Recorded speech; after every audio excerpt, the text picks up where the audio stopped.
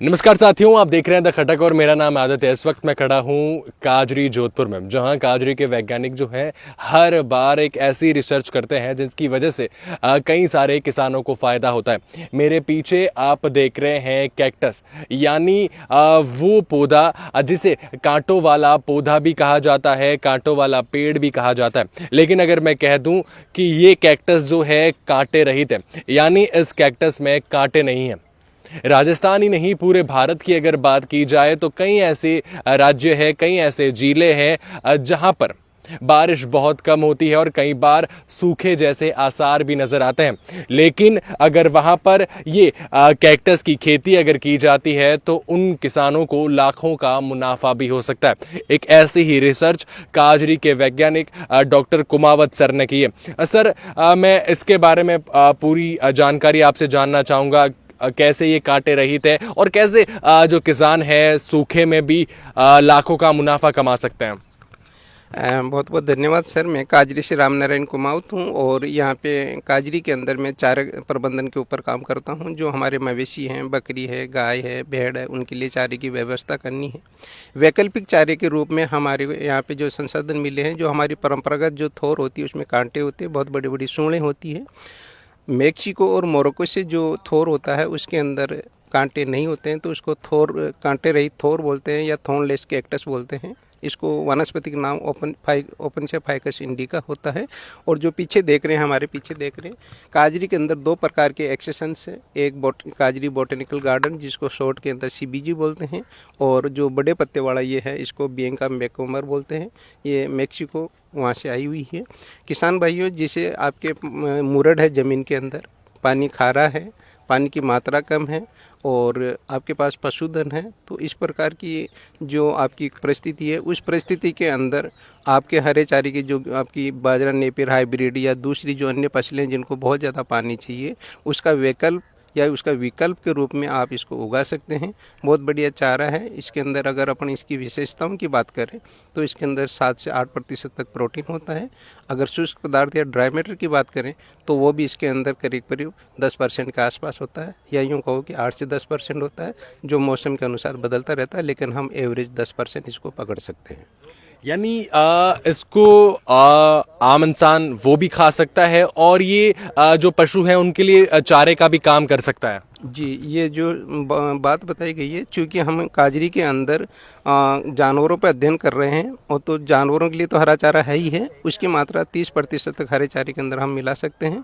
बात आई मनुष्य के खाने के लिए, तो मनुष्य के लिए इसका जो फ्रूट या फल होता है वो बहुत बढ़िया और टेस्टी है। और बाज़ार के अंदर अगर अपन बात करें या अमेजन या दूसरी जो कमर्शियल जो ऑनलाइन साइट्स की बात करें, तो जो ये होता है इसको पेड बोलते हैं। पेड, PAD, पेड, इसका मतलब इंग्लिश के अंदर क्लेडोड है और मॉडिफाइड स्टेम है। अगर इसका पाउडर बना के लेते हैं तो पाउडर करीब करीब 2000 रुपये 2500 रुपये का 250 ग्राम मिलता है। तो इसका पाउडर भी बिकने के लिए आता है। चूँकि ये हमारा कार्य क्षेत्र नहीं है, लेकिन फिर भी बाज़ार के अंदर इसको ह्यूमन कंजप्शन के लिए या मनुष्य के उपयोग के लिए लिया गया है। फिर इसके ऊपर फ्रूट आते हैं। वो फ्रूट जो एनीमिया होता है महिलाओं में, बच्चियों के अंदर, आदमी के अंदर होता है, खून के अंदर हीमोग्लोबिन की मात्रा कम होती है, उसके अंदर भी रिसर्च कहती है कि वो जो हीमोग्लोबिन की मात्रा को बढ़ाना है, तो इसके फ्रूट्स के अंदर जो लाल रंग के होते हैं बहुत बढ़िया उपयोगी हैं। और इसके फ्रूट दो प्रकार के होते हैं। इसके ऊपर पीले रंग के आते हैं, मीठे होते हैं, और जो इधर CBG वाले हैं इसके अंदर लाल होंगे, बैंगनी होंगे, लेकिन स्वाद के अंदर बहुत कम मीठे होंगे। तो दोनों प्रकार के फ्रूट्स को काम में ले सकते हैं, तो मनुष्य भी अपनी ज़रूरत के हिसाब से इसको उपयोग में ले सकता है।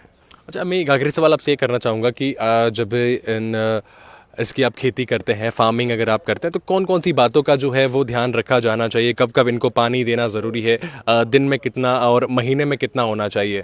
जी, इसके अंदर जो अभी अपन जो प्रारंभ में बात कर रहे थे कि ये एक शुष्क क्षेत्र या इलाकों में होने वाला पौधा है, थोर है, कैक्टस है, तो शुष्क जलवायु इसके लिए चाहिए।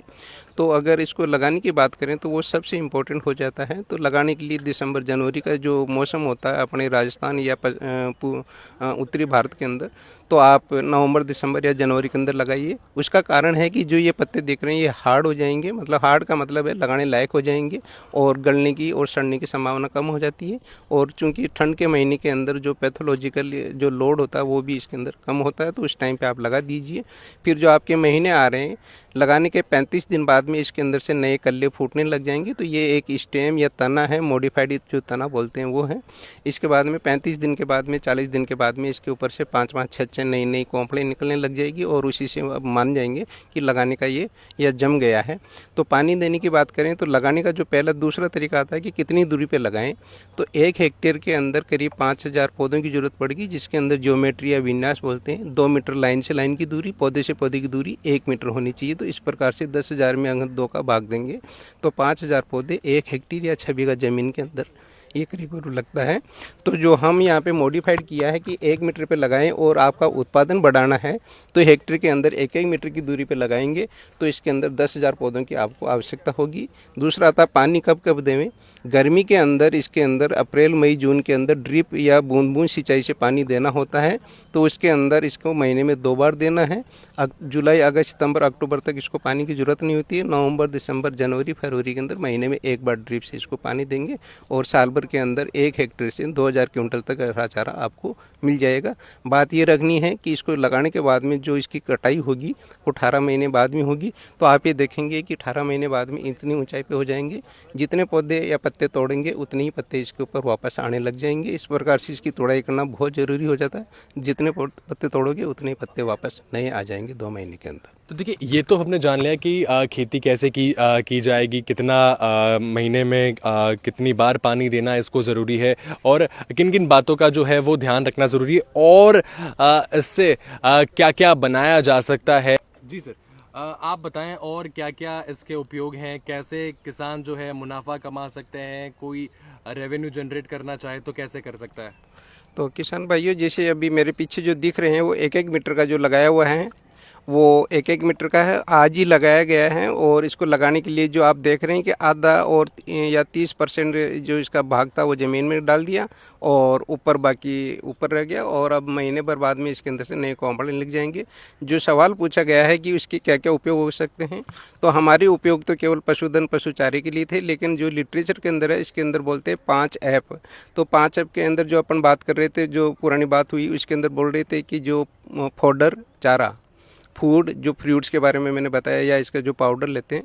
तीसरा फिर इसका जो एक कहें कि कमर्शियल यूज क्या हो सकता है, तो इसको ऐसा कहते हैं कि जो गैस बन रही है, कुकिंग गैस जिसको बोलते हैं, या सीबीजी जो बोलते हैं उसके अंदर, तो वो इसका यूज है फ्यूल के रूप में। तो तीसरा ऐप हो गया। चौथा है कि इसके अंदर फिर और क्या बन सकता है, तो फैशन के अंदर ये काम में आता है। तो फैशन के अंदर जो आपका जितना भी वीगन लेदर या बायो लेदर जो बन रहा है वो इसके अंदर से बन सकता है।